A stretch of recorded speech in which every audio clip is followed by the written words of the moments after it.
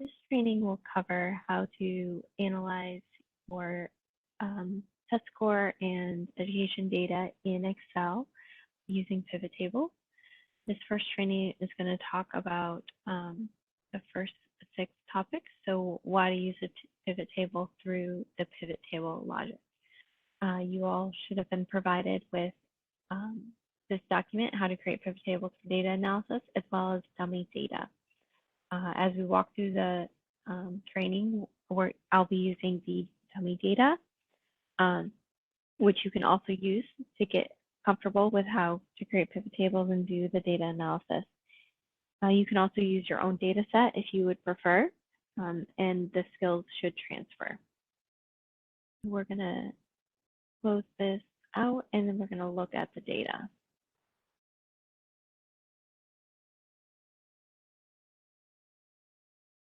So the first topic is, why are we going to use pivot tables? So pivot tables allow you to quickly analyze and summarize your data and present it without, modifying your original data. So you don't have to go into your data, to filter, sort, color code, and take a chance that you're going to, accidentally delete or modify your data in some way that you don't want to.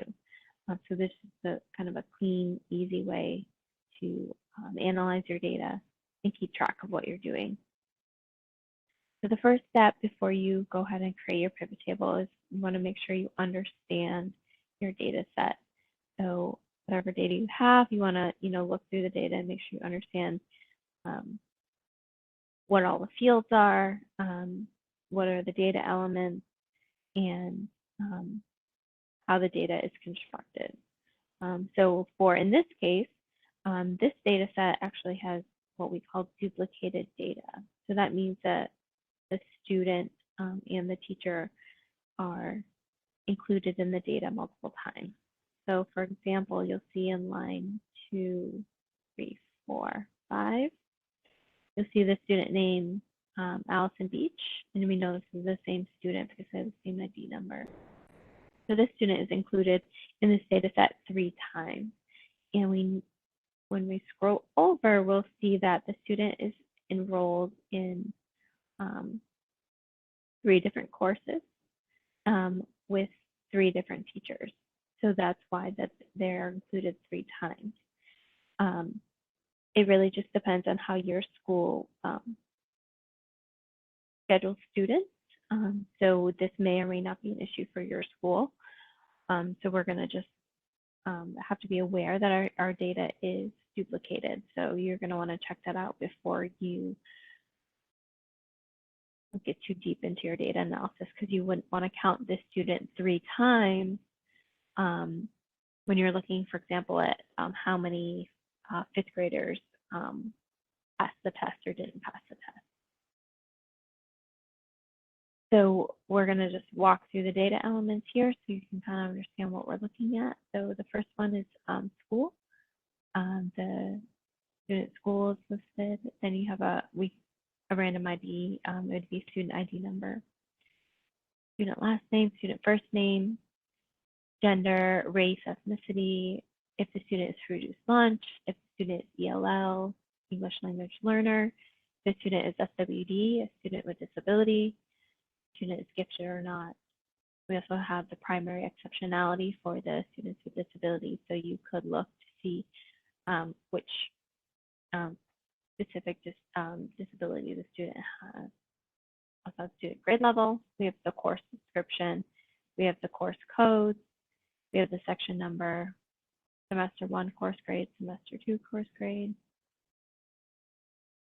Then we have the teacher name. We have we have the student grade level for the assessment in the prior year. So in this case, we're looking at both prior year data for a student and current year data for a student. And this example is based on our FSA exam, but it could transfer to any assessment. So this is the student scale score, the next column. This is the student achievement level on this test. The achievement levels, level 1 through level 5, with level 3 being kind of considered the minimum for passing. We also have bucket information, which is kind of like a sub for for our student levels. And then we have the same data for our current year assessment. And then we have just an indicator that shows if a student was level 1, 2, or level 3 plus. So like, did the student pass or not pass? So this is a quick way to filter that without having to filter the specific achievement levels.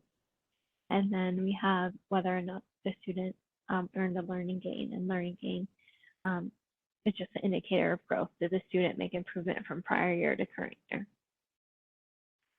And then lastly, we have this duplicate remover mark. So as we were talking about before, some students are included in the data multiple times. If we didn't want to look at the student, multiple students, we could filter on this to only get a unique count of students. So we'll talk about that a little bit more later. So after you understand how your data is laid out, you want to prep your data to make sure it's in a usable format to successfully create a pivot table. So the first thing you're going to do is make sure that every column has a header or title. So we see here that we have school all the way down. There's a title for each of the columns. If one was missing, it would not create a pivot table.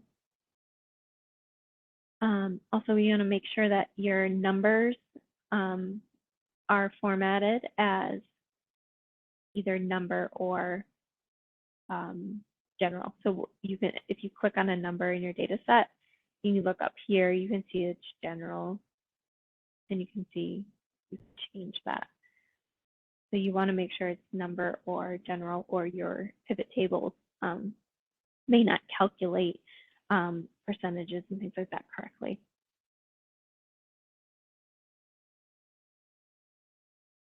Okay, so next what you're going to do is insert a pivot table.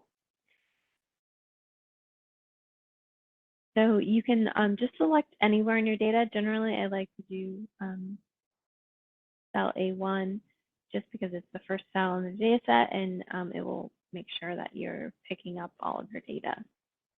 So highlight in your, or I'm sorry, just select the cell, go up to insert, select pivot table, and you're going to get this little dialog box, and it's going to select automatically your whole range, all of the data. And then it's you're either going to open a new worksheet, or you're going to put in an existing worksheet, and we're just going to do a new worksheet. So we're going to hit OK. And then a new worksheet is opened and a pivot table is created. You can still see your data, it's still there. The tab below. So when you create a pivot table, you should see this pivot table field box on the right-hand side. If you don't see it, make sure that you are clicking on this pivot table box over here. So if you click off, it disappears. Once you click on, it should reappear. If it does not reappear, you can go up to Pivot Table Analyze and select Field List, and it should reappear.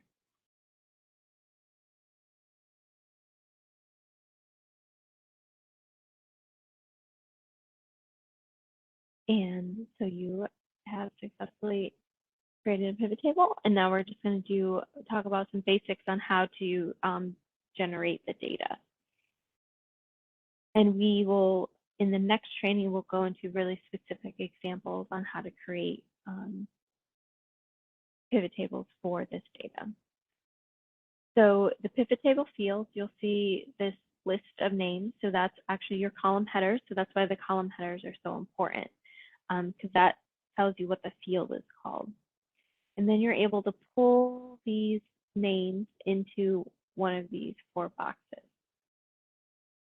And that allows you to create your pivot table. So for this example, we'll just pull down, let's scroll down and find teacher name, kind of select teacher name, and then you kind of pull down and we'll split it down into rows. You can kind of see that the rows just list out that data for you. You can see all of the teacher names there. You can also click this little checkbox Sometimes if you do that, it will put your data in a random box, so you can just move it to the box that you want it to be in. So you can also fill in the column and values. So I'm just going to fill a couple in just to give you an example that we can talk about what to put where. I'm going to put gender up here in the column so you can see rows list out your field, and then the columns all also list out your field. And then you would need something to count. So you would, let's put student last name. So what this is showing you is that in this teacher's class, she had 0 female students and 1 male student with a total of 1 student. So you can see the values gives you the count or the number of students, while the rows and columns allow you to kind of disaggregate your data. So we'll move down to, if you look in your documentation on page 6, there's a table called pivot table logic. Pull that up for you guys here. So this little graphic will help you decide where to put different fields if you're creating your own pivot table. So let's start down here in values. So values is, as I said, is a way to count the student. So you could put student ID number there. You could put student name. It's just something that every student would have. So every student has a name, every student has an ID number, and it's going to count the number of students. Often in the column section, you would kind of put the outcome. So you want to, a lot of times it's achievement level or learning gain, or level 3+, things like that. In this example, we put gender, which you could put if you're using that as outcome. The row column is kind of used as a breakdown for analysis. So often we put grade, grade specificity, teacher name in this box, so you can kind of see. Lastly, there's the filter box. The filter allows you to filter down on specific items. So say you wanted to only look at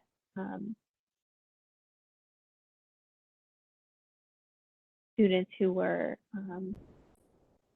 female, you could put gender into the filter box and then filter on female, and then you would be only looking at female students.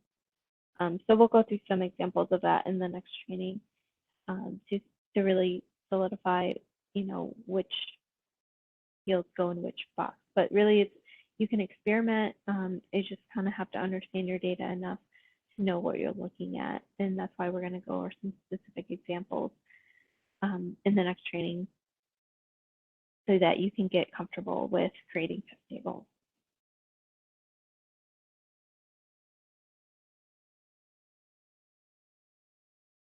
That is all for this training. You see the next one if you want to work on specific examples.